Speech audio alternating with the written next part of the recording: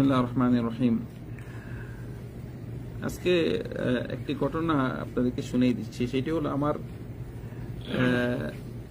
বাবাকে নিয়ে।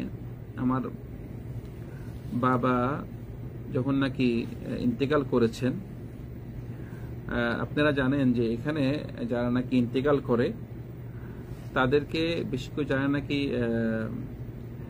এখানের সৌদি না আর কি, যারা নাকি বিদেশি তাদেরকে তাদের কবরস্থানটি দূরে সারায়াতে দেওয়া হয়। তো আমার আব্বা যখন নাকি ইন্তেকাল করেছেন তখন হসপিটাল থেকে যখন নাকি আমার কাগজ দিয়েছে, দেখলাম যে উনার দাফন হবে সারায়াতে। তো আমি তো কোনো সমস্যা নাই, সারায়াতে হোক, এখানে মালা যে কবরস্থান আছে এখানে হোক, যে কোনো একখানে হইলেই এটা তো কোনো সমস্যা নাই, একখানে হইলে হইল। আমার আম্মাকে যখন বললাম, যে আম্মা আমাকে জিজ্ঞেস করলো যে দাফন কোথায় হবে, তখন আমি বললাম যে সারায়াতে হবে। সারায়াতে আমাদের ঘর থেকে অনেক দূরে, প্রায় 13-14 কিলোমিটার হবে দূরে আর কি। আম্মা দেখলাম মন খারাপ হলো। আম্মা বললো যে আমাদের ঘরের কাছে কবরস্থান, মানে যেটা নাকি মক্কার কবরস্থান বিখ্যাত মালা, আমাদের ঘর থেকে প্রায় 1.5 কিলোমিটার দূরে। আম্মার মন খারাপ হলো যে এত কাছে কবরস্থান থেকেও কেন এত দূরে দেওয়া হচ্ছে। তাই বললাম এটা আমার হাতে না, যেভাবে নাকি পারমিশন আছে সেভাবেই। আর এখানে তো আর কবরস্থান নিয়ে কথা না, যে কোনো একখানে কবরস্থান দিলেই হবে, সেজন্য আমি এটাকে নিয়ে এত বেশি গুরুত্ব দিইনি। তা আম্মার মন খারাপ হয়েছে একটু। তো আম্মা আমাদের এক প্রতিবেশী আছে, তো প্রতিবেশীকেও এটি জানিয়েছে। ওই প্রতিবেশীর ভাই, সে এখানে সিটি কর্পোরেশন চাকরি করেন, তো ও একটু চেষ্টা করেছে যে এখানে মানে মালাতে দেওয়া যায় কিনা। তা আমি এগুলো নিয়ে আমি এত বেশি গুরুত্ব দেইনি।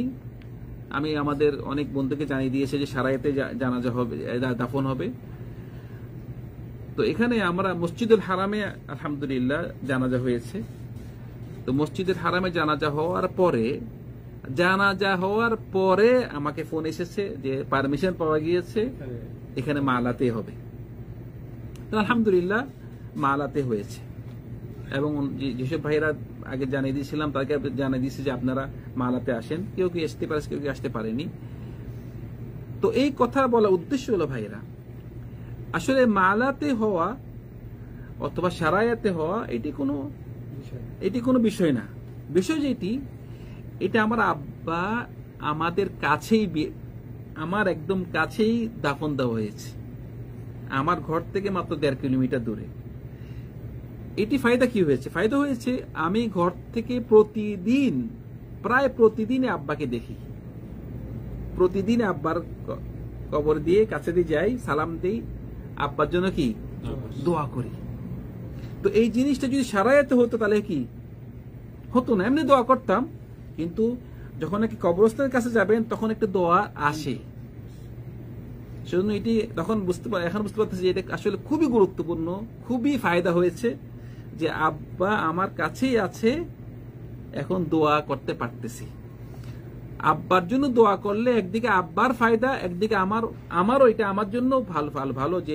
যে হাদিসে আসছে যে ওয়ালাদুন সালিহুন ইয়াদউ লাহু, যে নেককার সন্তান দোয়া করবে। যদি পিতা মাতার জন্য আপনি দোয়া করেন, বুঝা গেছে আপনি কি নেককার সন্তান। তো সেজন্য আমি এটা আমার আব্বার কথা বললাম।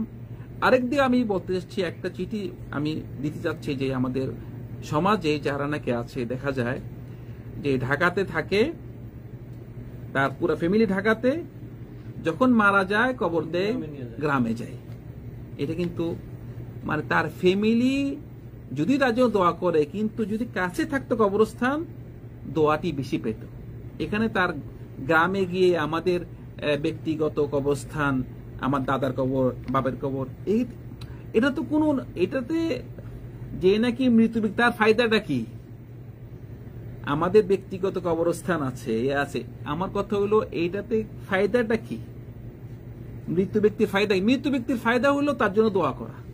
এখন আমার ছেলে, যাকে নাকি আমি বড় করেছি, মানুষ করেছি, আমার ছেলে আমার জন্য দোয়া করে, কিন্তু যখন নাকি যদি তার আশেপাশেই কবর দেওয়া হতো, তাহলে যখনই এই পিতার কবরের কাছে যেত তখন পিতার কথা মনে হতো, পিতার জন্য দোয়া করত। এখন যদি কোনো এক সময় গ্রামে গেল, 1 বছর পরে, 10 বছর, 2 বছর পরে গ্রামে গেল, তখন এমন হচ্ছে কি পিতার কবর জিয়ারত করতেছে, দোয়া করতেছে। কিন্তু যদি কাছে থাকতো তাহলে কি হইতো?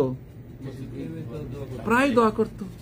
এখানে আরো একটা ফায়দা, আমি যদি কবরস্থান দেখি আমার নিজের অন্তরে একটা ভয় আসবে। হ্যাঁ, কবরস্থান দেখলে নিজেরও একটা, এটা রাসূলুল্লাহ বলছে না যে জুরু ফাইন্নাহা তুযাক্কিরুকুমুল আখিরা, ইয়ারহামুকাল্লাহ, যে তোমরা কবর জিয়ারত করো, কবর জিয়ারত করলে কি হবে? তোমাদের আখিরাত স্মরণ হবে। সেজন্য বলতেছেন, আমার বাবার এই কবর কথা বলার উদ্দেশ্য হলো যে এইটা আমরাও যে সমাজে চালু আছে যে মারা গেলেই একজন ব্যক্তিকে মানে গ্রামে নিয়ে যাওয়া হয়। গ্রামে না, আপনার কথা হলো আপনার পরিবারের আশেপাশে থাকুন।